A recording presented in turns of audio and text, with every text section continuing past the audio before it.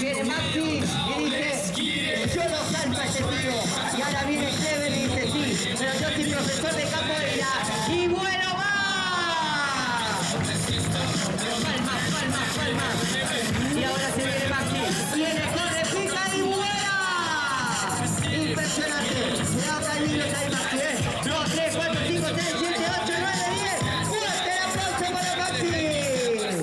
Y ahora se viene el hombre de acero, el indestructible, se viene la máquina. No, córtame eso. No, ¿sabe qué está pasando, Pumba? Mira, la gente está flipando, se lo está pasando guay. Ahora van a ver por qué le decimos hombre de acero. Hace cosas increíbles. ¡No! Con la cabeza. Está botando con el hombro. Eso sí, cabeza, hombro, cabeza. Solamente él lo puede hacer. Impresionante, Pumba. Fuertes esos aplausos para él. Y ahora se quitó la camiseta. Si se quita la camiseta quiere decir que hay más. ¿Ustedes quieren ver más, sí o no? ¿No se escucha, sí o no? A ver las palmas al ritmo de la música, que tiene una más. Y una más. Palmas, palmas, palmas.